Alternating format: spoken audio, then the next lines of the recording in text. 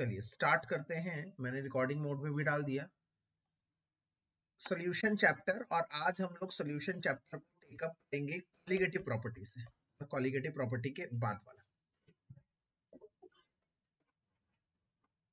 तो यहां से शुरू करते हैं अपना कॉलिगेटिव प्रॉपर्टीज का खेल। तो ध्यान से बच्चों समझिए मेरी बात को। कॉलिगेटिव प्रॉपर्टी में हम लोगों को सबसे पहला ये पढ़ना है कि कॉलिगेटिव प्रॉपर्टीज होती कौन सी है।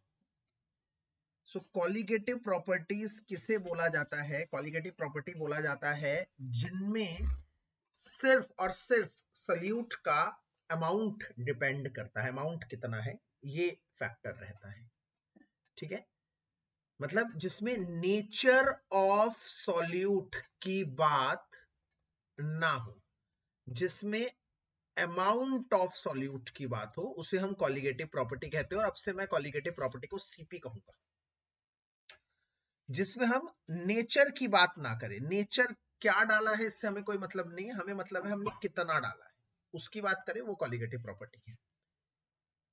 अब आता है कॉलिगेटिव प्रॉपर्टी की दो कंडीशन भी है, ये भी हमें ध्यान रखना है। एक तो कॉलिगेटिव प्रॉपर्टी तब सेट होगी जब आपका सॉल्यूट NVS होगा, नॉन वॉलेटाइल सॉल्यूट होगा। नॉन वॉलेटाइल मतलब जो एस्केप नहीं करता, एस्केप नहीं करता बच्चों, उसे कहते हैं नॉन वॉलेटाइल सॉल्यूट। और दूसरा सॉल्यूशन होगा बहुत ज्यादा डाइल्यूट। डाइल्यूट मतलब बहुत ज्यादा कॉन्सेंट्रेटेड नहीं होगा, सॉल्यूट की मात्रा बहुत कम होगी। मतलब Na जो है number of moles of solute, वो बहुत छोटा होगा NV के मुकाबले, मतलब number of moles of solvent के मुकाबले। तो चार बातें अब तक बताई हैं, एक बार दोबारा बता देता हूं। कॉलिगेटिव प्रॉपर्टी वो होती है जो नेचर ऑफ सॉल्यूट पे डिपेंड नहीं करती, अमाउंट ऑफ सॉल्यूट पे डिपेंड करती है, कितना डाला गया है इस पे डिपेंड करती है। और दूसरी बात, कॉलिगेटिव प्रॉपर्टी दो कंडीशंस मानती है, वो कंडीशन तभी फुलफिल होगी, तभी वो कॉलिगेटिव प्रॉपर्टी कहलाएगी। और वो दो कंडीशन है, एक तो वो सॉल्यूट नॉन वॉलेटाइल होना चाहिए, दूसरा कि डाइल्यूट होना चाहिए सॉल्यूशन। ठीक है, न्यूमेरिकल को अभी नहीं हम टेकअप कर रहे, मैं आपको एक डायग्राम से एक चीज समझाने की यहाँ कोशिश कर रहा हूँ, उसको ध्यान से समझिएगा। मान लीजिए ये हमारा सॉल्वेंट है, सॉल्वेंट रखा गया है, और ये सॉल्वेंट वॉलेटाइल है। वॉलेटाइल का मतलब एस्केप कर रहा है और भाप बन रहा है, वेपर बना रहा है, वेपर बन रहा है। ठीक है, ये हमारा एक सॉल्वेंट है जो एस्केप कर रहा है। एस्केप मतलब हर एक सॉल्वेंट मॉलिक्यूल एक दूसरे सॉल्वेंट मॉलिक्यूल से जुड़ा होगा ऑब्वियसली। तो जो वॉलेटाइल होते हैं और नॉन वॉलेटाइल होते हैं, उनमें क्या अंतर है? वॉलेटाइल में सॉल्वेंट मॉलिक्यूल वीक फोर्स से जुड़े होते हैं, जिसकी वजह से ये टूट कर ये वेपर फेज में बन सकता है, वेपर फेज में कन्वर्ट हो सकता है। नॉन वॉलेटाइल में क्या होता है, ये एक दूसरे से जुड़े होते हैं। जैसे सॉलिड में मॉलिक्यूलर फोर्सेस ऑफ अट्रैक्शन बहुत ज्यादा होता है, ये एक दूसरे से जुड़े होते हैं, जो टूट नहीं पाते, इसलिए ये वेपराइज नहीं हो पाते, वॉलेटाइल नहीं बनते, वेपर फेज में नहीं कन्वर्ट होते। जैसे लोहा पड़ा है तुम्हारे सामने बच्चों, चीनी पड़ी है, चीनी का कोई भाप बन रहा है, मेरे सामने नमक पड़ा है, नमक के क्या वेपर्स बनेंगे? नहीं। तो वो सारे नॉन वॉलेटाइल सॉल्यूट हुए।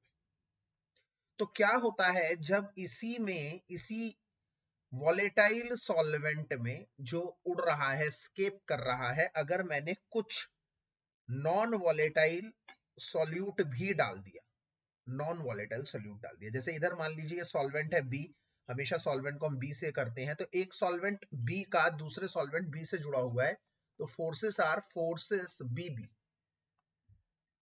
जबकि अगर मैं इधर बात करूं, इधर अगर मैंने ए डाल दिया जो नॉन वॉलेटाइल है, तो वो ब्लू से मैं दिखा रहा हूं बच्चों, ब्लू से मैं दिखाने की कोशिश कर रहा हूं। तो जहां पर ब्लू वाला है वहां से एस्केप नहीं होगा, ये ए बी फोर्स हो जाएगा, नए फोर्स जो होंगे वो ए बी फोर्स होंगे। और मैं बता ही चुका हूं कि बी जो है वो नॉन वॉलेटाइल है। तो जब बी भाप बन के नहीं उड़ेगा तो क्या क्या होगा? पहली बात है सिर्फ ए के ही वेपर्स बनेंगे, यस। तो इसका मतलब जैसे जैसे हम लोग बी डालते रहेंगे, वैसे वैसे सरफेस की एक्टिविटी कम होती रहेगी। ध्यान से सुनते रहना, मैं सारे कॉलिगेटिव प्रॉपर्टी को, टोटल 4 कॉलिगेटिव प्रॉपर्टी है, उसमें से 3 अभी टेकअप कर दूंगा एक साथ। तो जैसे जैसे मैं नॉन वॉलेटाइल सॉल्यूट बी डालता रहूंगा वैसे वैसे सरफेस की एक्टिविटी कम हो जाएगी, क्योंकि जहां जहां पर बी होगा वो तो वेपर बनेगा नहीं। अब वो वेपर बनेगा नहीं तो एनवीएस के डालने से जो हमने पहली चीज नोटिस करी वो क्या थी कि एनवीएस डालते ही वेपर प्रेशर डिक्रीज हो गया, वेपर प्रेशर लो हो गया। और जितना ज्यादा हम बी डालेंगे, जितना ब्लू कलर वाला ज्यादा डालते रहेंगे, सपोज करो यहां पर भी मैंने एक ब्लू डाल दिया, मतलब और ब्लू का अमाउंट डाल दिया, नॉन वॉलेटाइल डाल दिया, तो वहां से सरफेस एक्टिविटी और कम हो जाएगी, वेपर्स का बनना और कम हो जाएगा। तो जैसे जैसे वेपर्स का बनना कम हो जाएगा वैसे वैसे वेपर प्रेशर कम हो जाएगा, अल्टीमेटली वेपर प्रेशर डिक्रीज हो जाएगा। और यही हमारी पहली कॉलिगेटिव प्रॉपर्टी है, relative lowering in vapour pressure. मतलब कितना लो हो गया वेपर प्रेशर पहले के मुकाबले, रिलेटिव, रिलेटिव मतलब कंपैरिजन में, एलवीपी मतलब वेपर प्रेशर में कितना लोअरिंग आ गया, कितना कम हो गया। तो अगर मैं कहता हूं, अगर मान लीजिए इसका वेपर प्रेशर बी के अकेले का vapour pressure P naught B है, अकेले को हम हमेशा पी नॉट बी मानते हैं, नॉट मानते हैं, जब भी नॉट ऊपर आ जाता है वो अकेले का वेपर प्रेशर दिखाता है या अकेले का बॉइलिंग पॉइंट दिखाता है नॉट से। और सॉल्यूशन में, सॉल्यूशन का वेपर प्रेशर क्या होगा बच्चों, सॉल्यूशन का वेपर प्रेशर होगा पीटी, और पीटी क्या होना चाहिए, पीए प्लस पीबी। अच्छा यहाँ पर पीए तो कुछ है ही नहीं, तो इस बात को भी ध्यान रखिए, मेरे शब्दों पर ध्यान से समझिए। यहाँ पर ए है ही नहीं, कुछ ए नहीं है, इसका मतलब सब कुछ क्या है, बी ही है। इसका मतलब जो भी वेपर प्रेशर है टोटल सॉल्यूशन का, वो सॉल्वेंट का ही वेपर प्रेशर है दरअसल, क्योंकि सॉल्यूशन में सॉल्यूट तो नॉन वॉलेटाइल है, उसका तो कोई वेपर प्रेशर है ही नहीं बच्चों। इसका मतलब अगर मैं ये कह रहा हूं कि वेपर प्रेशर ऑफ सॉल्यूशन या vapour pressure of solvent in solution, तो दोनों की बात एक ही है, ये दोनों यहां पर एक ही चीज है, दोनों बराबर ही है, ये आपको समझना है। तो वेपर प्रेशर कितना कम हो गया, डेल्टा पीबी, डेल्टा पीबी क्या होता है, P naught B minus PB, ये चीज डेल्टा जो पीबी है, ये जो डेल्टा पीबी है डायरेक्टली प्रोपोर्शनल होगा काई ए के। जितना आप ए डालोगे, जितना ए डाला जाएगा उतना वेपर प्रेशर कम हो जाएगा, जितना आप ए डालोगे ए के मोल्स बढ़ेंगे, ए के मोल्स बढ़ेंगे तो वेपर प्रेशर उतना ही कम होता जाएगा, वेपर प्रेशर उतना ही डिक्रीज होता जाएगा। और वेपर प्रेशर डिक्रीज होगा तो डिफरेंस इन वेपर प्रेशर बढ़ेगा। तो ये चीज है हमारा पहला पहला, और इसको इक्वल टू बनाएंगे तो हम यहाँ पर एक कांस्टेंट लगाएंगे, वो कांस्टेंट पी नॉट बी का है, ये पूरी चीज इधर आ जाएगी। तो डेल्टा पीबी अपॉन में P naught B is equals to chi A, ये हमारा पहला इक्वेशन बन गया। इसमें आप लोग एक बात को ध्यान करिए, नोटिस करिएगा, अगर पेपर में पूछा जाए एलवीपी निकालना है, एलवीपी का मतलब है डेल्टा पीबी निकालना है, अगर पूछा जाए आरएलवीपी निकालो तो आरएलवीपी का मतलब है डेल्टा पीबी अपॉन में पी नॉट बी, जो है काई ए। ये चीज ध्यान रखना, एमसीक्यू में अच्छा क्वेश्चन बनता हुआ नजर आ रहा है। तो बच्चों ये तो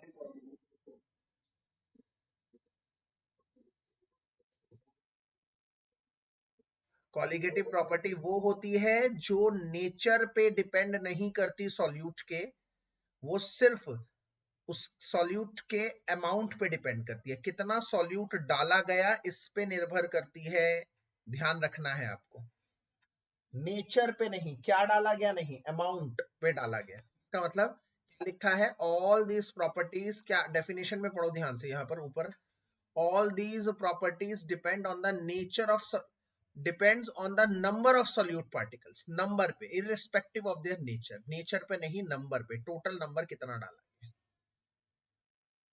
और ये दो कंडीशन सेटिस्फाई करता है तभी वो कॉलिगेटिव प्रॉपर्टी कहलाता है। और वो दो कंडीशन कौन सी है, दो कंडीशन है, फर्स्ट कि solution should be dilute, dilute मतलब हल्का होना चाहिए, और सेकेंड जो सॉल्यूट आप डाल रहे हैं वो एनवीएस होना चाहिए, नॉन वॉलेटाइल होना चाहिए। चलो अब दूसरे पे आते हैं। अब अच्छा क्या हुआ, जब जब कम हो गया सॉल्यूट का एस्केप करना, क्योंकि जैसे हमने बी डाला तो सरफेस एक्टिविटी और कम हो गई। मान लो पहले सारे पर, मान लो ये एक सरफेस है, पहले सारे पर red red red red red red red red था, ये सारा सरफेस एक्टिवली पार्टिसिपेट कर रहा था, किसमें किसमें एक्टिवली पार्टिसिपेट कर रहा था, वेपर्स बनने में पार्टिसिपेट कर रहा था। पर जैसे जैसे मैं उसमें बी डालता गया, जैसे जैसे इधर से मैंने हटा के बी डाल दिया, तो अब बी एस्केप नहीं कर रहा, तो वेपर प्रेशर कम हो गया, इसे को ही लोअरिंग इन वेपर प्रेशर कहते हैं। अच्छा, बी को और कम कर दिया तो बॉस वेपर प्रेशर और कम हो गया, क्योंकि सरफेस एक्टिविटी कम हो रही है। तो जैसे जैसे मैं बी को बढ़ाता रहूंगा वैसे वैसे सरफेस की एक्टिविटी, मतलब सरफेस से वेपर के बनने की प्रोबेबिलिटी घटती रहेगी, और वेपर्स कम होंगे तो वेपर प्रेशर भी कम होगा।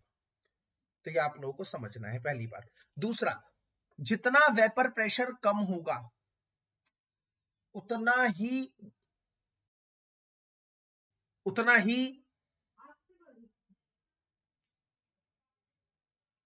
ही बॉइलिंग पॉइंट बढ़ेगा। क्यों? क्योंकि बॉइल करना मतलब उबालना है। इसका मतलब इनके वेपर्स को, बॉइलिंग पॉइंट का मतलब क्या है कि जब वेपर इतना प्रेशर, वेपर्स का इतना प्रेशर हो जाए जो एक एटमॉस्फेयर के बराबर हो, एक एटमॉस्फेयर के बराबर हो,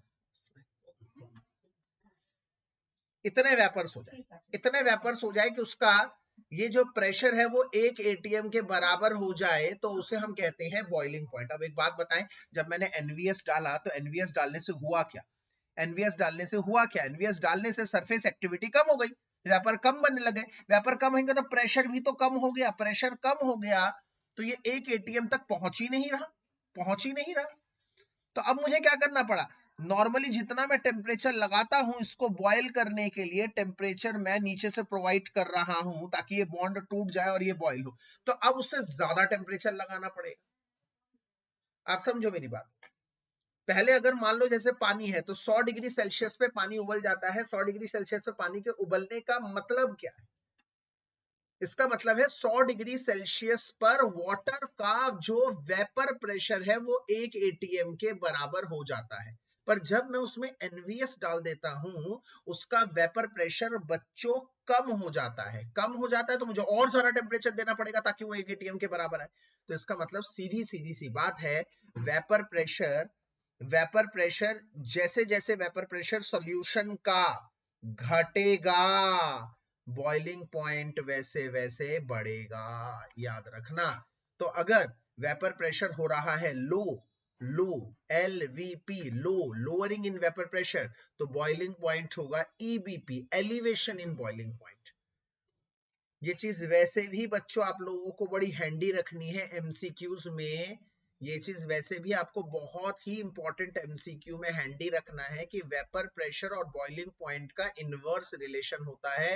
एमसीक्यूज के लिए आप लोगों को इसको तैयार रखना है कि vapour pressure is inversely proportional to boiling. तो बॉइलिंग वेपर प्रेशर अगर कम हो रहा है, लोअरिंग हो रहा है, तो बॉइलिंग पॉइंट बढ़ रहा है। तो ये बॉइलिंग पॉइंट का क्या फार्मूला होता है? बॉइलिंग पॉइंट का फार्मूला होता है डेल्टा टीबी। क्या होगा डेल्टा टीबी? केबी इंटू एम। ये रहे डेल्टा टीबी का फार्मूला। डेल्टा टीबी का मतलब यहां पर क्या है? डेल्टा टीबी का मतलब है T B minus T naught B. एक बच्चों एक ऐसी ट्रिक बताऊंगा मैं आप लोगों को, ऐसी ट्रिक बताऊंगा कि जो आज की सुपर डुपर इंपॉर्टेंट ट्रिक होने वाली है।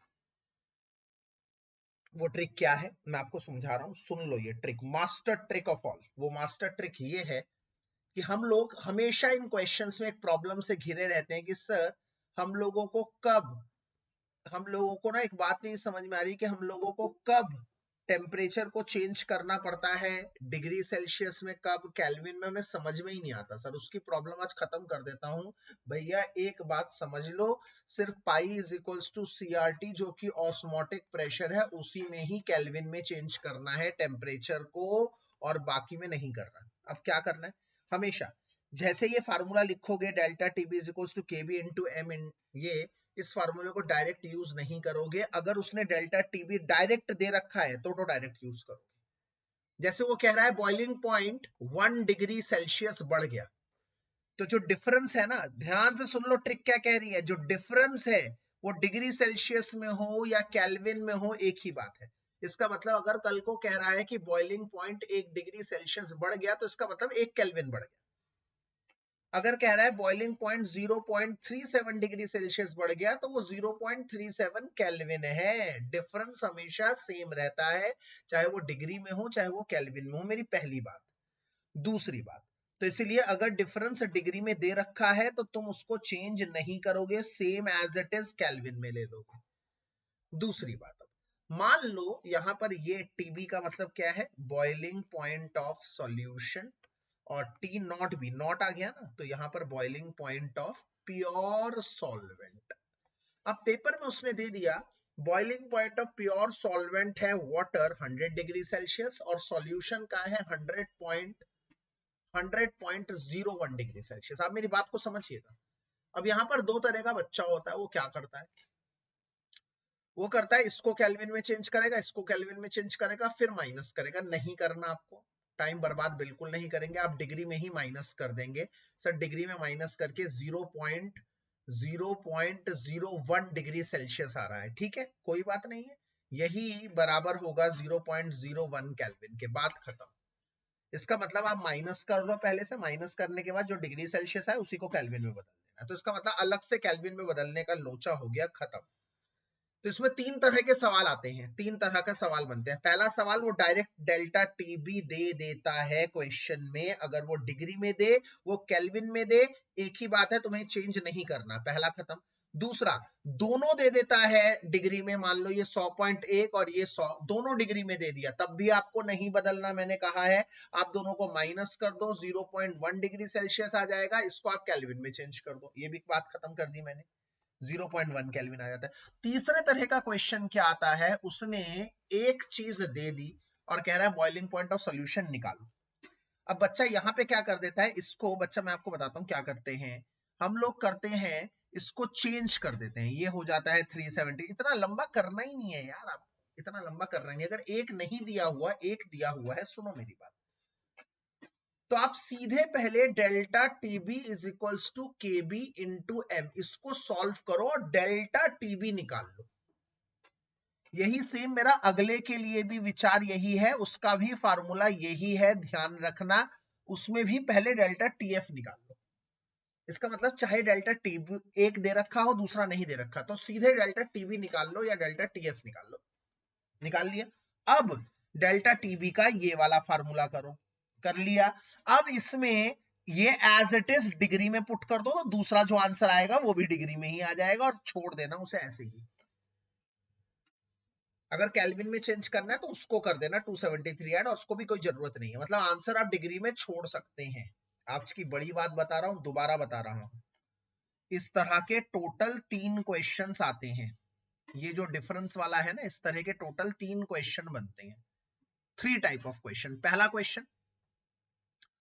क्वेश्चन है कि हम लोगों को सीधे डिफरेंस दे दिया जाता है, सीधे डेल्टा टीबी या डेल्टा टीएफ दे दिया जाता है डिग्री सेल्सियस में, आप उसी को एज इट इज केल्विन में करेंगे। दूसरे तरह का क्वेश्चन दोनों दे देते हैं, जैसे टी नॉट बी भी दे दिया, टीबी भी दे दिया, या टी नॉट एफ दे दिया, टी एफ दे दिया, दोनों दे दिया, आप दोनों को माइनस कर देंगे, फिर उसको केल्विन में चेंज कर देंगे, अलग से केल्विन में कहीं नहीं चेंज करना। और तीसरा और आखिरी सवाल, इनमें से एक दे दिया है और एक गिवन है, तो आप क्या करेंगे, आप सिंपल पहले ये वाले फार्मूले लगाएंगे, डेल्टा टीबी यहां से निकालेंगे, या ये वाला फार्मूला लगाएंगे, डेल्टा टीएफ निकालेंगे, फिर अलग से delta TB is equals to TB minus T naught B कर देंगे, ये आप निकाल चुके होंगे।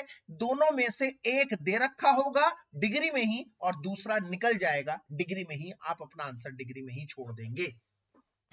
ये बहुत बड़ी बात थी, मैं अक्सर देखता हूं बोर्ड में चेकिंग करते हुए बहुत सारे बच्चे, एक दो नहीं बहुत सारे बच्चे बहुत गलतियां करते हैं।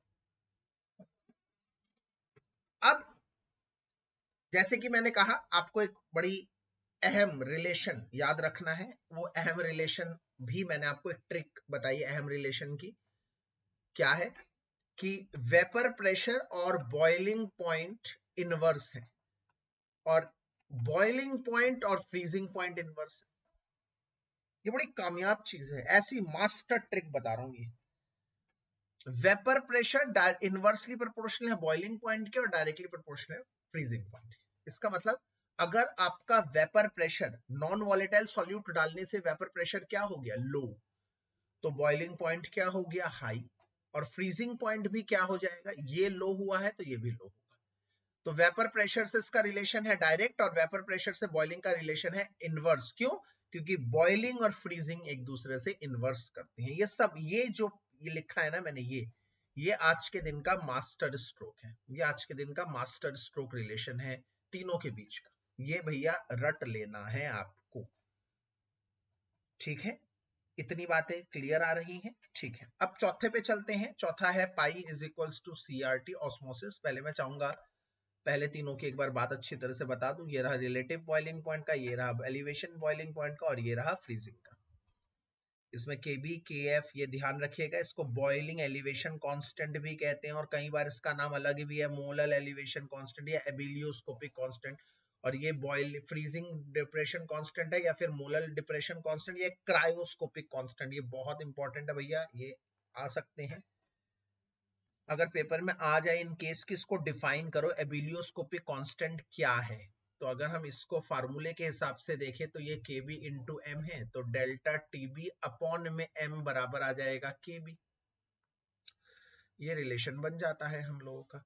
इस रिलेशन के अनुसार अगर हम देखते हैं, ध्यान से मेरी बात सुनिए, अगर मैंने लेट कर लिया सॉल्यूशन एक मोलल है, मोलल मतलब उसकी मोलैलिटी 1 है, तो एक मोलल सॉल्यूशन में कितना डिफरेंस आ रहा है वही केबी है। दोबारा समझिए, अगर नीचे वाला 1 है तो क्या बन जाएगा, नीचे वाला 1 है तो नीचे वाला 1 हो जाएगा, खत्म। तो डेल्टा टीबी ही क्या बन जाएगा, केबी। इसका मतलब अगर एक मोलल सॉल्यूशन है, एक मोलल सॉल्यूशन में कितना एलिवेशन आ रहा है बॉइलिंग पॉइंट में, बॉइलिंग पॉइंट कितना एलिवेट हो रहा है, वही केबी बताता है, वही केबी। मतलब एक मोलल सॉल्यूशन है, एक मोलल सॉल्यूशन मतलब क्या, जब आप एक मोल सॉल्यूट डालते हैं 1 किलो सॉल्वेंट के अंदर, उस केस में, उस परिस्थिति में बॉइलिंग पॉइंट जितना बढ़ जाता है वही केबी होता है। और इधर से मैं अगर फार्मूला लाऊं तो डेल्टा टी एफ अपॉन में एम आ जाएगा के एफ। ध्यान से देखिए, ये एम उधर चला जाएगा, तो डेल्टा टी एफ अपॉन में M is equal to K F. तो यहां से भी अगर एक मोलल सॉल्यूशन है, एक मोलल, तो जितना फ्रीजिंग में डिफरेंस आएगा वही हमारा के एफ है, जितना फ्रीजिंग में डिफरेंस। और याद रखिए बॉइलिंग पॉइंट बढ़ता है तो फ्रीजिंग पॉइंट घटता है। इनकी यूनिट्स भी कर लीजिएगा, केल्विन केजी पर मोल है भैया, केल्विन केजी पर मोल, केल्विन केजी पर मोल इनकी यूनिट है। ये भी आप लोग अच्छी तरह से कर लीजिएगा। दो रिलेशंस और हैं, आप लोग इसको प्लीज ध्यान कर लीजिएगा, एमसीक्यूज में आ सकते हैं। मैं बार बार बोल रहा हूं, मैं बार बार बोल रहा हूं, दो रिलेशन बहुत इंपॉर्टेंट है। यहां पर आर का मतलब है यूनिवर्सल गैस कांस्टेंट, हम जानते ही हैं आर, ठीक है। M1 का मतलब क्या है, यहाँ नीचे पूरा क्लियर लिखा हुआ है, गैस कांस्टेंट है R, और M का मतलब है mass of solvent, mass of solvent, और TF square freezing point and boiling point of pure solvent. ठीक है, ये नॉट है, ध्यान रखेंगे, T0F और T0B। तो R into mass of solvent into में T0B का स्क्वायर अपॉन में 1000 इंटू में डेल्टा H फ्यूजन। बहुत ही अच्छा क्वेश्चन है, मुझे पिछले 10 साल में एक ही बार याद आ रहा है, ये क्वेश्चन आया है बोर्ड में। ये क्वेश्चन याद रखना है, डेल्टा HF मतलब एंथैल्पी ऑफ फ्यूजन होता है। बोलो स्नेहा। डेल्टा क्या, अच्छा, डेल्टा टी एच फ्यूजन होता है, एंथैल्पी ऑफ फ्यूजन होता है, इस बात का ध्यान रखना। अच्छा, दूसरी बात बता दूं, आप अगर मैं केबी की, ये तो केबी का फार्मूला है, जब यहां पर आएगा, सॉरी, जब यहां आएगा T0B² और एंथैल्पी ऑफ वेपराइजेशन आएगा, अगर मैं यहां पर के एफ कर दूं तो यहां पर टी एफ हो जाएगा, और वेपराइजेशन, क्योंकि बॉइलिंग में वेपराइजेशन होता है और फ्रीजिंग में फ्यूजन, तो यहाँ फ्यूजन आ जाएगा। ये बहुत अच्छा दोनों रिलेशन कर लीजिएगा, मुझे लग रहा है यहां से पेपर में आने वाला है। अब चौथा है ऑस्मोटिक प्रेशर, ऑस्मोसिस क्या होता है, इसको भी हम थोड़ा सा समझ लेते हैं यहाँ पर एक फिगर के जरिए। मान लीजिए यहाँ पर एक SPM है, सेमी परमिएबल मेम्ब्रेन है। सेमी परमिएबल मेम्ब्रेन क्या करता है, मान लीजिए यहाँ पर ये सारे सॉल्वेंट है। क्या होता है ना, यूजुअली मैं आप लोगों को बता दूं, सॉल्वेंट मॉलिक्यूल का साइज होता है छोटा, मैं इसको छोटा बना देता हूँ, छोटा छोटे सॉल्वेंट मॉलिक्यूल होते हैं, छोटे छोटे सॉल्वेंट मॉलिक्यूल हो जाते हैं एसपीएम से पास, आर पार। ठीक है, यहां पर क्या है, कुछ तो सॉल्वेंट है, ये है प्योर सॉल्यूशन सॉल्वेंट, सिर्फ सॉल्वेंट, छोटे छोटे मॉलिक्यूल जो सब उधर जाने के लिए तैयार हैं, सबका एक जैसा प्रेशर है। यहां से कुछ सॉल्वेंट है। क्यों? क्योंकि यहां मैं कर रहा हूं सॉल्यूशन। सॉल्यूशन का मतलब क्या है? यहां पर सॉल्वेंट के अलावा बड़े बड़े सॉल्यूट मॉलिक्यूल भी है, नॉन वॉलेटाइल, जो वहां नहीं जा सकते, नहीं जा सकते। एसपीएम सेमी परमिएबल मेम्ब्रेन सिर्फ सॉल्वेंट मॉलिक्यूल को अलाउ करती है अपने यहां से पास करने के लिए, क्योंकि वो छोटे होते हैं, बिगर सॉल्यूट मॉलिक्यूल उसमें से पास नहीं हो पाते। सो अल्टीमेटली मैं क्या देख पा रहा हूं? मैं देख पा रहा हूं कि यहां से भी सॉल्वेंट का ही प्रेशर है और वहां से भी सॉल्वेंट का प्रेशर है, बट यहां से सॉल्वेंट का प्रेशर ज्यादा है। क्यों ज्यादा है? क्योंकि यहां पर सॉल्वेंट के मॉलिक्यूल ज्यादा है। एक सिंपल सी बात है बेटा, एक तरफ प्योर सॉल्वेंट लो, एक तरफ सॉल्यूशन लो, तो हर बार सॉल्वेंट की तरफ से, प्योर सॉल्वेंट की तरफ से ही तो सॉल्वेंट का प्रेशर ज्यादा होगा, क्योंकि वहां पर तो सभी सॉल्वेंट है। जबकि सॉल्यूशन की तरफ का हमेशा सॉल्वेंट का प्रेशर कम होगा, क्योंकि वहां सॉल्वेंट के अलावा सॉल्यूट भी तो है, वो तो आ ही नहीं पा रहे, वो तो प्रेशर लगा ही नहीं पा रहे। तो इस केस में हमेशा कौन सा प्रेशर जीतेगा?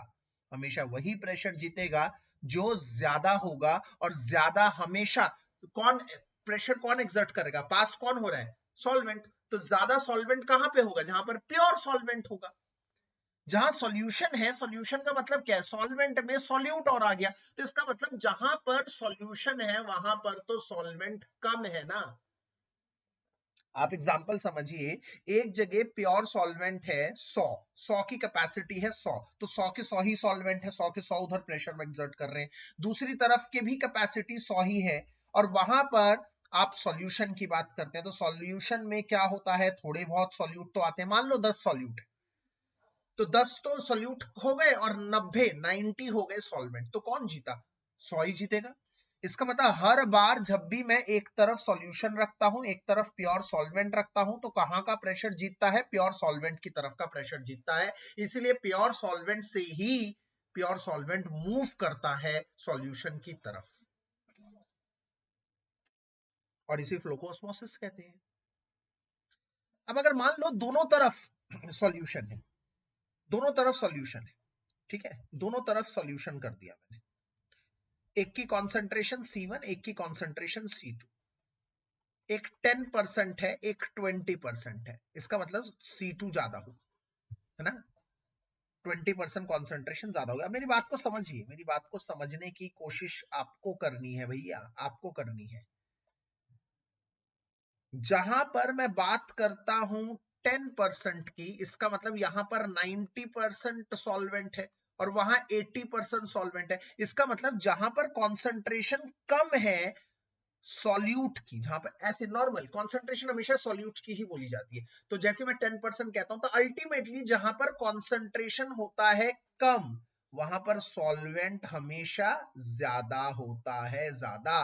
तो इधर से भी प्रेशर वही जाएगा, कम कॉन्सेंट्रेशन से ज्यादा कॉन्सेंट्रेशन की तरफ। क्यों? क्योंकि कम कॉन्सेंट्रेशन की साइड, कम कॉन्सेंट्रेशन की साइड, कॉन्सेंट्रेशन किसकी कम है? सॉल्यूट की। अगर सॉल्यूट की कॉन्सेंट्रेशन कम है तो सॉल्वेंट ज्यादा है, इसका मतलब सॉल्वेंट ही अल्टीमेटली ज्यादा हुआ, और जहां पर सॉल्वेंट ज्यादा होता है वहीं से मूवमेंट होती है, तो ये भी होता है ऑस्मोसिस। तो इसका मतलब ऑस्मोसिस दो तरफ होगी, दो बातें हो गई ऑस्मोसिस से, एक जो प्योर सॉल्वेंट की तरफ से सॉल्यूशन की तरफ जाते हैं सॉल्वेंट मॉलिक्यूल, और एक हो गया जो लेस कॉन्सेंट्रेशन से मोर कॉन्सेंट्रेशन की तरफ जाते हैं सॉल्वेंट मॉलिक्यूल, क्योंकि सॉल्वेंट मॉलिक्यूल ही जाएंगे तो it will always be the flow of solvent, दोनों ही ऑस्मोसिस कहलाएंगे। परंतु हाँ, अगर मैं उल्टी तरफ ज्यादा प्रेशर एक्सर्ट कर दूं, मतलब मान लो यहां पर 90 जने प्रेशर मार रहे थे, वहां से 80, तो ऑब्वियसली ऐसा ही जा रहा था, मूवमेंट ऐसा हो रहा था। परंतु अगर मैं वहां से भी भाई साहब एक एक्स्ट्रा प्रेशर, बाहर से एक्स्ट्रा प्रेशर लोड कर दूं, तो एक समय ऐसा आएगा कि ये दोनों प्रेशर बराबर हो जाएंगे, दोनों प्रेशर बराबर हो जाएंगे, तो मूवमेंट, नेट मूवमेंट कहीं नहीं होगी। ऐसे सॉल्यूशन को हम आइसोटोनिक कहते हैं। आइसोटोनिक, जब दोनों तरफ का प्रेशर बराबर होता है और मूवमेंट कहीं नहीं होती। ये एक और जगह देखी जाती है, कहां? मान लो दोनों तरफ ही कॉन्सेंट्रेशन पहले से ही बराबर होती, C1 C2 पहले से ही बराबर होता, यहाँ पे भी 10% ही होता, तो यहाँ पर भी 90% होता, तो कोई एक्सटर्नल प्रेशर की उसमें जरूरत नहीं होती, क्योंकि आइसोटोनिक मतलब सेम प्रेशर, और सेम प्रेशर के समय कहीं पर कोई मूवमेंट, ऑस्मोसिस नहीं होता। तो इसका मतलब जब मान लो यहां पर 20% था, ऑस्मोसिस हो रहा था, और यहाँ पर मैंने एक्स्ट्रा प्रेशर लगाया बाहर से ताकि वो बराबर हो जाए और कोई ऑस्मोसिस ना हो। तो जितना प्रेशर हमने लगाया उसी प्रेशर को हम लोग ऑस्मोटिक प्रेशर कहते हैं और पाई से सिंबलाइज करते हैं। उसी प्रेशर को ऑस्मोटिक प्रेशर कहते हैं और पाई से सिंबलाइज करते हैं।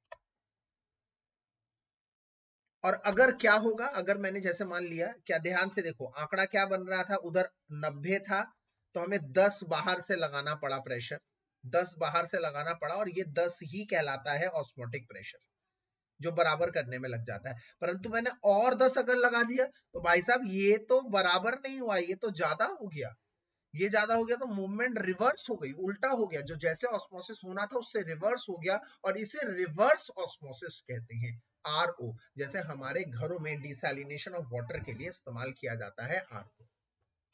आई होप यहां तक मेरी बातें आपको समझ में आ गई होंगी।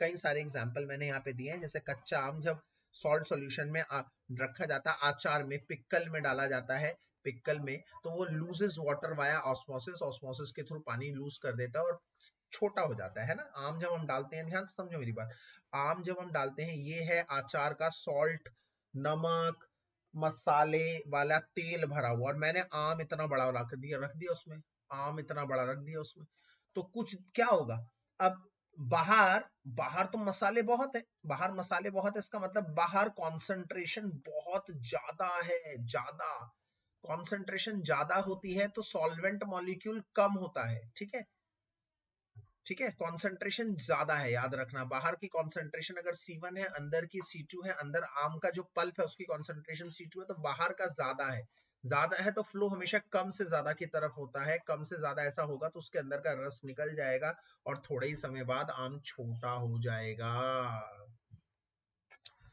कई सारे एग्जाम्पल लिखे हैं, जैसे wilted flowers revive in fresh water, सूखा हुआ फूल अगर मैं पानी में डाल दूं, सूखे हुए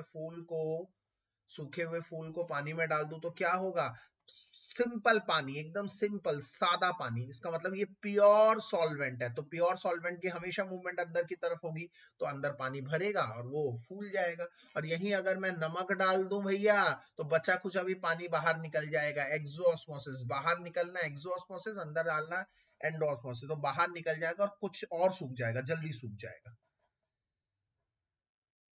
तो ये कुछ बातें आप लोगों को बहुत ही ज्यादा ध्यान रखनी है, पेपर में आने वाली है। कैरेट है बिकम लिम्प, सूख जाता है, लॉस ऑफ वाटर हो जाता है, उसको दोबारा पानी के अंदर डाल दो बुरा सख्त हो जाता है ना। हमारे एक बहुत ही अच्छा जीता जागता एग्जांपल है हमारे ब्लड सेल्स, हमारे ब्लड सेल के अंदर सोडियम की कॉन्सेंट्रेशन 0.9% होती है और बाहर जो ब्लड प्लाज्मा होता है, क्योंकि हमारे ब्लड के अंदर बेसिकली दो चीजें होती है, एक ब्लड सेल होता है, एक ब्लड प्लाज्मा होता है, तो ब्लड प्लाज्मा का भी ऑस्मोसिस, मतलब ब्लड प्लाज्मा का भी जो कॉन्सेंट्रेशन है वो 0.9% MyB होता है, इसका मतलब बोथ आर आइसोटोनिक, आइसोटोनिक है इसीलिए तो ना अंदर का पानी जाता है ना बाहर का पानी आता है, या एज इट इज रहता है। परंतु मान लो अगर बाहर की कॉन्सेंट्रेशन मैंने 0.9 से बढ़ा दी कॉन्सेंट्रेशन बढ़ गई, हाइपरटोनिक हो गया, आइसो से हाइपर बढ़ गया, तो क्या होगा, मैंने कहा है लो कॉन्सेंट्रेशन से हाई कॉन्सेंट्रेशन में ट्रैवल करता है तो अंदर से अमाउंट बाहर निकलेगा और सेल सूख जाएगा, श्रिवल मतलब सूख जाएगा, श्रिंक कर जाएगा, छोटा हो जाएगा।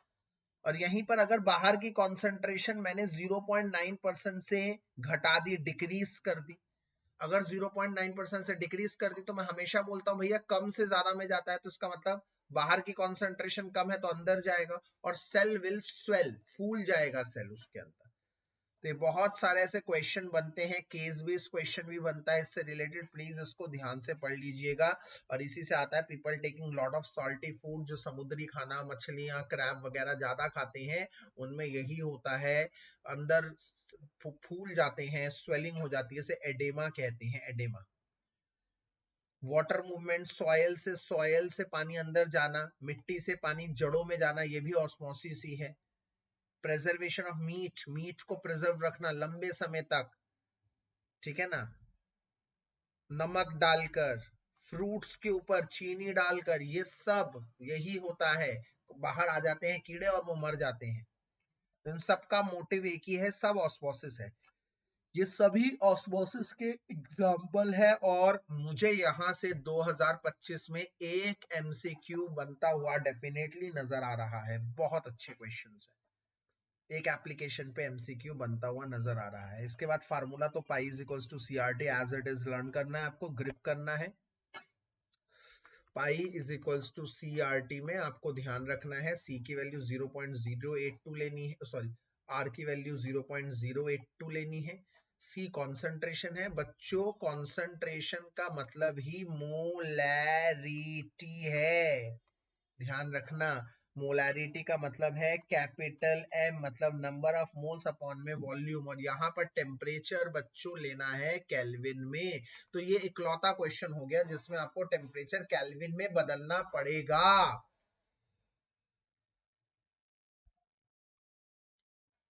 इस चीज की बात गांठ बांध लो।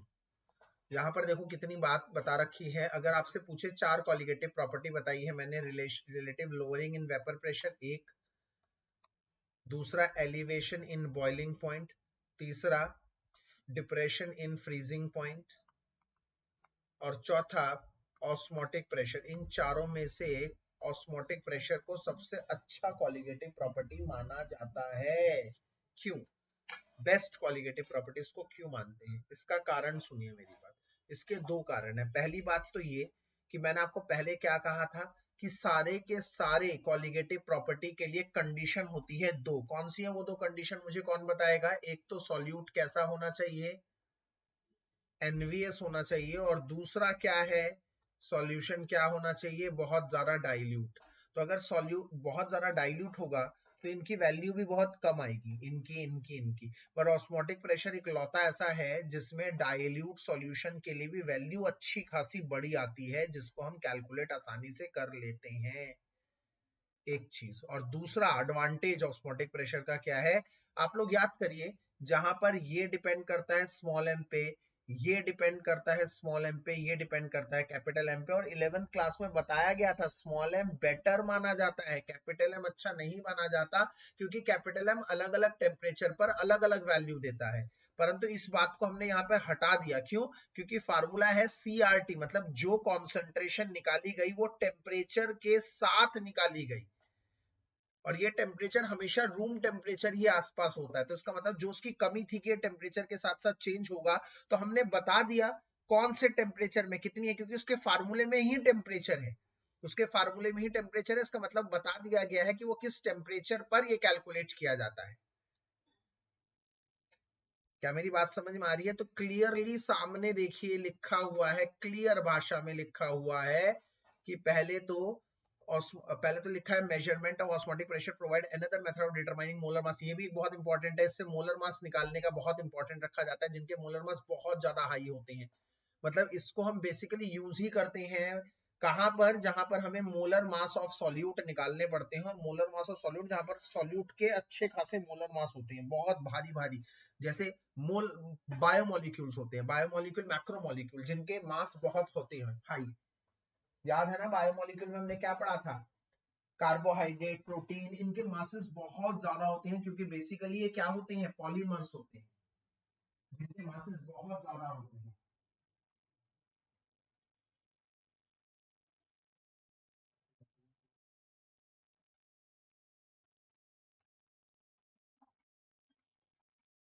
मोलर मासेस बहुत हाई होते हैं, इस बात का ध्यान करिए, ठीक है? तो क्या हो गया, पहला pressure measurement is around room temperature, molarity is used instead of molality. दूसरा क्या हो गया, as compare to other colligative properties magnitude is even large for very dilute solution. और तीसरा क्या है, the technique of osmotic pressure for determination of molar mass solute is particularly for biomolecule as they are generally stable at room temperature.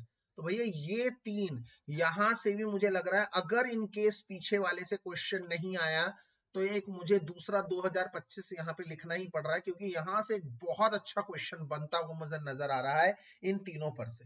या तो वहां से आएगा या तो यहां से आएगा, बहुत डेफिनेटली आएगा ही आएगा। इसके बाद यहाँ पूरे क्लियर शब्दों में लिखा है, दो सॉल्यूशन जिनका ऑस्मोटिक प्रेशर गिवन टेम्परेचर पे एक जैसा होता है उसे आइसोटोनिक कहते हैं, और ऐसे आइसोटोनिक सॉल्यूशन का एग्जांपल मैंने आपको बताया ब्लड सेल।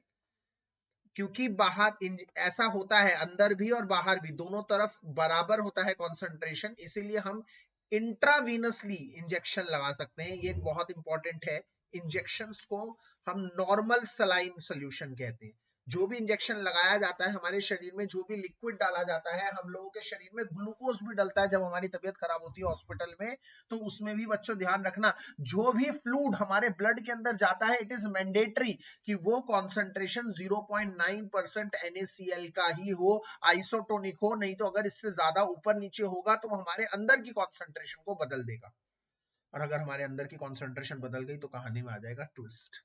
तो इसलिए ध्यान रखना, क्यों ट्विस्ट क्या आएगा, या तो सेल स्वेल हो जाएगा या तो सेल श्रिंक हो जाएगा। तो ये बहुत इंपॉर्टेंट है, या तो हाइपोटोनिक वाली कंडीशन आ जाएगी या तो हाइपरटोनिक आ जाएगी, दोनों आ जाएगी, या तो उसमें श्रिंक हो जाएंगे या तो स्वेल हो जाएंगे। यहां से भी बहुत अच्छा क्वेश्चन बनता हुआ नजर आ रहा है, ये बहुत बार आ चुका है। एक एग को डाल दिया, एक फोटो बना दिया, एग को 3 कॉन्सेंट्रेशन में डाल दिया और पूछेगा कि किस में बताओ एग स्वेल होगा, किस में एग श्रिंक होगा। आप लोगों के एनसीईआरटी एग्जाम्पलर में भी ऐसा एक क्वेश्चन है। इसके बाद रिवर्स ऑस्मोसिस मैंने आप लोगों को समझा दिया, रिवर्स ऑस्मोसिस के बारे में बता दिया। रिवर्स ऑस्मोसिस के 2 चीजें हैं, ये एग्जाम में आ चुकी हैं। इसका यूटिलिटी क्या है, इसका यूटिलिटी है डीसैलिनेशन ऑफ सी वाटर, नमक हटाना पानी में से और प्योर करना, पानी को पीने लायक बनाना। और दूसरा क्वेश्चन था एक ऐसा एसपीएम बताओ जो आरओ में यूज होता है बहुत ज्यादा, बोर्ड का क्वेश्चन है, सेलुलोज एसीटेट। सेलुलोज एसीटेट ये बहुत अच्छा ही एसपीएम है, सेमी परमेबल मेम्ब्रेन है, एक ऐसा मेम्ब्रेन जिसको हम यूज करते हैं रिवर्स ऑस्मोसिस में प्योरिफिकेशन के लिए। इसके अलावा सेलुलोज एसीटेट एक सिंथेटिक एसपीएम है। सिंथेटिक एसपीएम मतलब मैनमेड एसपीएम है। अगर आप नेचुरल एसपीएम की बात करते हैं, नेचुरल जैसे animal pig bladder, animal skin, ये सब भी, प्याज की झिल्ली, ये सब भी सेमी परमेबल मेम्ब्रेन की तरह काम करते हैं, ध्यान रखिएगा। इसलिए हम क्या करते हैं, आम होता है ना, आम की स्किन भी सेमी परमेबल मेम्ब्रेन होता है। गर्मियों में देखना आप लोग क्या करते हैं, सब्जी फल बेचने वाले क्या करते हैं, आप पानी डालते रहते हैं आम के ऊपर। पानी डालने से क्या होता है, पानी आम के अंदर चला जाता है। क्यों अंदर चला जाएगा, क्योंकि पानी तो प्योर है। जब पानी अंदर चला जाएगा तो अंदर का आम फूल जाएगा, बट वो अंदर पानी डाल डालेगा, आम अंदर से सड़ भी तो जाता है। जब हम काटेंगे तो सड़ जाएगा, क्योंकि पानी सड़ा देगा आम। तो आम पड़ा तो नजर आएगा, सूखेगा हुआ नजर नहीं आएगा, बट आम खराब हुआ। तो ये बहुत एक कहानी में आप लोगों के ट्विस्ट है, इसको ध्यान रखना है। अब आते हैं फाइनल में क्वेश्चन राउंड में। तो मैं चाहता हूं आज मैं बेसिक न्यूमेरिकल के साथ कॉलिगेटिव प्रॉपर्टी खत्म कर दूं, क्योंकि एक और क्लास लगेगी मुझे इस पूरे चैप्टर की रिवीजन को कंप्लीट करने में। उसमें मैं करवाऊंगा जो लेटेस्ट क्वेश्चन आते हैं वैन टॉफ फैक्टर के, वैन टॉफ फैक्टर के अब नॉर्मल मास के। आज मैं चाहता हूं अभी नॉर्मल बता दिया जाएगा अभी आप लोगों को, तो ध्यान से सुनिएगा मेरी बात, क्योंकि मैं चाहता हूं आप लोग बहुत अच्छी तरह से तैयारी करके चलिए। एकदम एग्जाम क्लोज आ गए हैं और सिर्फ सबसे बड़ा एडवांटेज है, सिर्फ 3 चैप्टर में न्यूमेरिकल है, सिर्फ 3। तो अगली क्लास में अगर मैं ये खत्म करवा दूं तो सिर्फ और 2 चैप्टर रह जाएंगे। और मैं आपको बता दूं केमिकल काइनेटिक्स सबसे इजी है, सबसे इजी न्यूमेरिकल वाला। तो अगर आप ये दोनों चैप्टर कर ले ना, 1 और 2 के न्यूमेरिकल को थोड़ा टाइम ले भी लें और अच्छी तरह से कर ले, तो चैप्टर 3 के न्यूमेरिकल में अच्छा टाइम नहीं लगने वाला, ज्यादा टाइम नहीं लगने वाला। और उसके बाद हमारा एक ही टारगेट रह जाएगा, वो है फुल सैंपल पेपर। ठीक है, तो ये ध्यान रखना है। उसके बाद कोई इंडिविजुअल चैप्टर का टेस्ट नहीं होगा, फुल सैंपल पेपर की तरफ हम अपना वो करेंगे, आग्रह करेंगे। ठीक है, तो ये क्वेश्चन पढ़ते हैं। पहला क्वेश्चन क्या कह रहा है, इन क्वेश्चनों में फोटो बनाना बहुत जरूरी है। कह रहा है vapour pressure of pure water is 23.8। Vapour pressure pure water का, प्योर वाटर मतलब P0B दे रखा है 23.8। 50 ग्राम यूरिया डाल दिया, जी भैया यूरिया डाल दिया। आप लिखो बकायदा यूरिया, जिसको हम ए मान रहे हैं, और उससे भी बड़ा अच्छा है आप फार्मूला लिख दो तो मजा ही आ जाएगा। ए मान रहे हैं और इसका मोलर मास हाथ के हाथ ब्रैकेट में लिखा करो, 60 ग्राम आएगा, चेक कर लीजिएगा। 850 ग्राम पानी में डाला जाता है, पानी को हम बी मानते हैं। तो कह रहा है calculate the vapour pressure of water and lowering, मतलब lowering vapour pressure of water in solution. Water in solution का मतलब मैं आपको पहले ही बता चुका हूं, पीबी।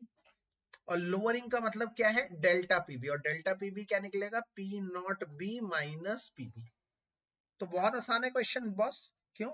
क्योंकि हमें पता है, मैंने कहा है हमेशा कभी भी ये फार्मूला है, P B is equals upon में P naught B is equals to का। ये मैंने आपको एक सलाह दे दी है। सलाह क्या है, आप इस डेल्टा पीबी को और डेल्टा टीबी को, डेल्टा टीएफ को कभी नहीं खोलेंगे, इसको कभी नहीं लिखेंगे TB minus T not F minus T, उस स्टेप में नहीं खोलेंगे। पहले स्टेप में इसे ही निकाल लेंगे, डिफरेंस को ही निकाल लेंगे। यहां पर भी हम यही करेंगे, पहले डिफरेंस को ही निकालेंगे, इसको नहीं खोलना। कई बच्चा इसको खोल देता है, खोल के भी हो जाएगा बट वो बहुत बड़ा होगा और कंफ्यूजन वाला क्रिएट होगा। आप इसको delta TB PB as it is निकालो, क्या आ जाएगा, chi A into P naught B. और काइए का मतलब क्या होता है, Na अपॉन में Na प्लस एनबी। और मैंने आपको क्या सिखाया है, नीचे वाला Na प्लस एनबी हमेशा हमेशा Na बहुत छोटा होगा, क्योंकि आप मान चुके हैं ये डाइल्यूट सॉल्यूशन है। डाइल्यूट मतलब एक ही मात्रा बहुत कम होगी, हमेशा ये कम होगा। तो इसका मतलब ये हमेशा Nb ही हो जाएगा। इसका मतलब आप हमेशा Na अपॉन में Na प्लस Nb लिखिएगा, और वो हमेशा Na अपॉन में Nb की तरह ही काम करेगा, इसी की तरह ही काम करेगा। ध्यान रखना है आपको, बहुत ज्यादा जरूरी है ये, ठीक है, डील कर दें। तो कुछ नहीं करना भैया इस न्यूमेरिकल में आपको। फिर क्या बन गया, ये डेल्टा टीबी पीबी निकालना है भैया का। ये क्या बन गया, Na अपॉन में Nb। Na क्या होता है, गिवन मास अपॉन में मोलर मास। गिवन मास कितना है 50, मोलर मास कितना है 60, अपॉन में Nb क्या है, गिवन मास वाटर का, मोलर मास 18, इनटू में पी नॉट भी दे रखा है कितना 23.8। बस इसको सॉल्व कर लो, डेल्टा पी भी आ जाएगा।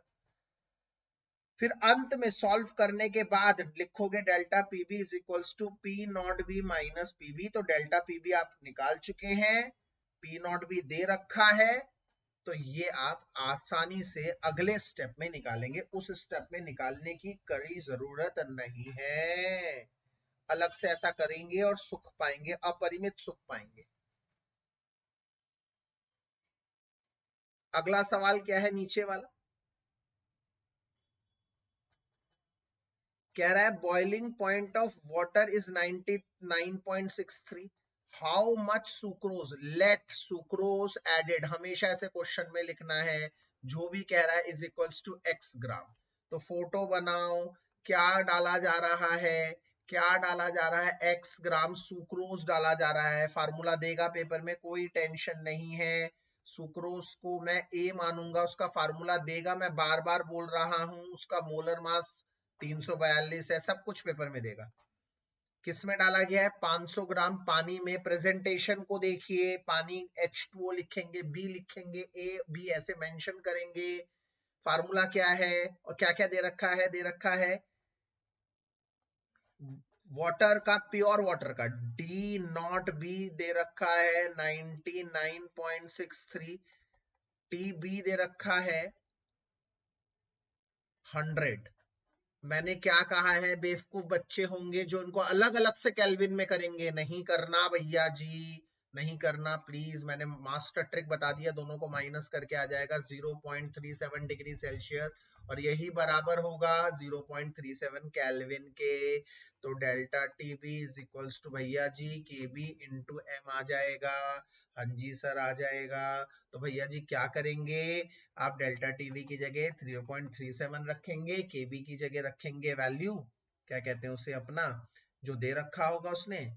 यहाँ पर वाटर का है, दे रखा है, देगा पेपर में। और एम क्या होता है, एम होता है number of moles of solute upon में मास ऑफ सॉल्वेंट। तो मोल्स यही निकलेंगे हमेशा। ऊपर देखो मैं क्या लिख रहा हूं इधर, given mass x, molar mass 342, mass of solvent कितना होगा 500 बटे 1000, क्योंकि उसे केजी में कर दिया, और इसको सॉल्व कर देंगे, आंसर आ जाएगा। ध्यान से देख लो, मैं 1 मिनट का एक पॉज टाइम दे रहा हूं, कोई गड़बड़ नहीं होनी चाहिए।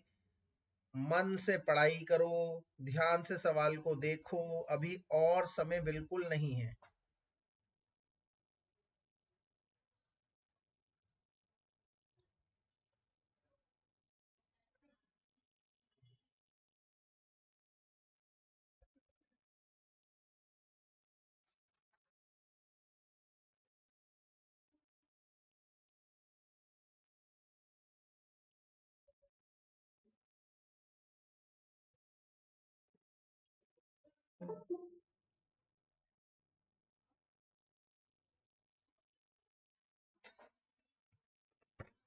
ठीक है,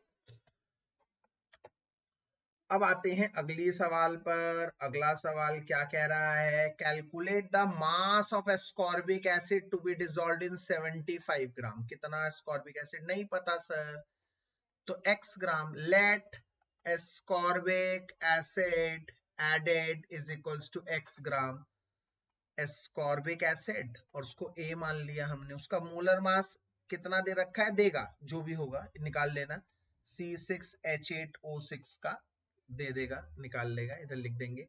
और फिर किस में डाला गया है, 75 ग्राम एसिटिक एसिड में डाला गया है। इस एसिटिक एसिड को हम क्या मानेंगे लल्टू, B मानेंगे। कह रहा है बाय 1.5, इतना उसका मेल्टिंग पॉइंट फ्रीजिंग पॉइंट एक ही होता है, याद रखना। तो इतना कम हो गया, बाय बाय। तो जब भी बाय बोले तो बाय का मतलब ही डेल्टा टीएफ है, डेल्टा टीबी है, बाय का मतलब डिफरेंस है। और ये 1.5 डिग्री सेल्सियस है, तो क्या होगा, 1.5 degree Celsius is equivalent to 1.5 kelvin. याद रखिएगा, याद कर लीजिए। और delta T F is equals to K F into M, use कर लीजिए, सिंपल फार्मूला। इसकी जगह 1.5, के एफ की जगह दे रखा है 3.9, फिर वही मोलालिटी। इसका formula number of moles upon में मास ऑफ सॉल्वेंट। धड़ल्ले से सवाल होंगे इनके जी, धड़ल्ले से होंगे, होलसेल के रेट पे। Number of moles x upon में उसका मोलर मास इधर आएगा, फिर एसिटिक एसिड का मास 75 बटे में 1000, इसको सॉल्व कर लोगे आंसर। अगला क्या कह रहा है, अगला क्वेश्चन क्या कह रहा है, कह रहा है calculate the mass osmotic pressure निकालो। Osmotic pressure pi is equals to C R T. Photo बनेगी, क्या डाल रहे हैं, 1 ग्राम पॉलीमर डाल रहे हैं, पॉलीमर जिसको ए मान रहे हैं, और उसका मोलर मास 185,000 ग्राम है। ठीक है, कितने में, 450 ml पानी में डाला जा रहा है। तो क्या करना है बुद्धिमानो, P is equals to C कितना है, C होता है N by V, N by V into R into T। तो N नंबर ऑफ मोल्स कितने, वही सेम 1/185,000 अपॉन में वॉल्यूम। वॉल्यूम ऑफ सॉल्यूशन कितना है, 450 बटे में 1000, बटे में 1000 करना है। इस बात का ध्यान रखना है क्योंकि वो लीटर में करना है। कई बच्चे सोचेंगे सर ये ना वॉल्यूम ऑफ सॉल्यूशन है, और वॉल्यूम ऑफ सॉल्यूशन होता है सॉल्यूट प्लस सॉल्वेंट। अरे यार इधर सॉल्यूट नहीं लेना तुम्हें, volume of solvent he volume of solution है, क्योंकि सॉल्यूट की मात्रा बहुत कम है, डाइल्यूट है, पहले ही बता दिया गया है।